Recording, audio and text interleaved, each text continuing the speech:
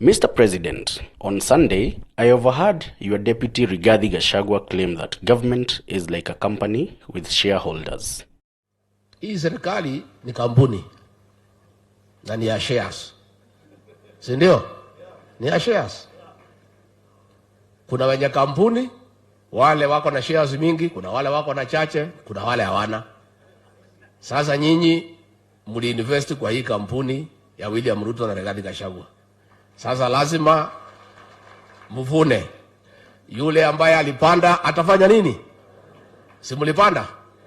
Simuliamuka mapema? Mukasema mutaki kusikia mambo ya ile system na nini?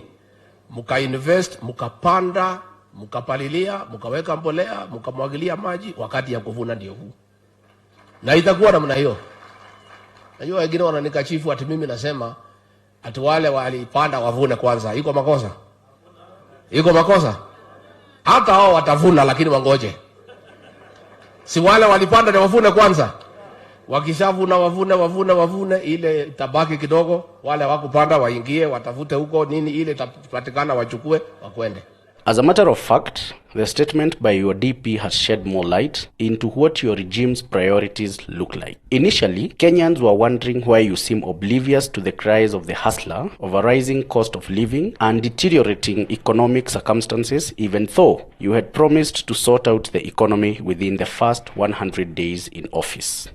Kenyans were also wondering why, despite knowing that we have been relying on subsidies and stimulus programs to stay afloat, you not only scrapped these subsidies, but also embarked on an aggressive drive to collect more taxes from the common man who has been tightening his belt to put food on his table. Now we know that it is because you imagine the government to be a company limited with shares, where only the shareholders have a stake in it. What's more, we know that companies pursue personal profit over public interest and only do CSR activities occasionally to improve their public image. Mr. President, did your deputy inadvertently reveal why you wanted to become president, so that you can turn Kenya into a company limited by shares while you occasionally do CSR activities to appease the public? In fact, my keen analysis shows that you are not only running government like a company, but also similar to a Ponzi scheme. A Ponzi scheme is a system created to benefit a few individuals at the top through the sweat of the many at the bottom. Those at the bottom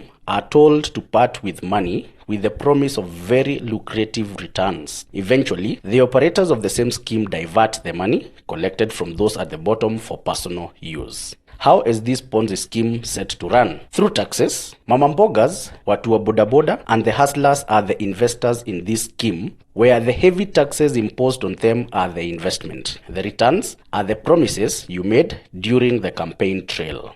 Remember, you said that you wanted us to pay more taxes so that you could deliver your campaign promises. You reiterated that it is better to collect more taxes so that Kenya doesn't have to rely on debt to fund its operations. Kila mtu tu alipe tax. Kwa sababu hii kazi yote haiwezi kufanyika bila ya pesa. Na pesa, hakuna mahali serikali inatoa pesa.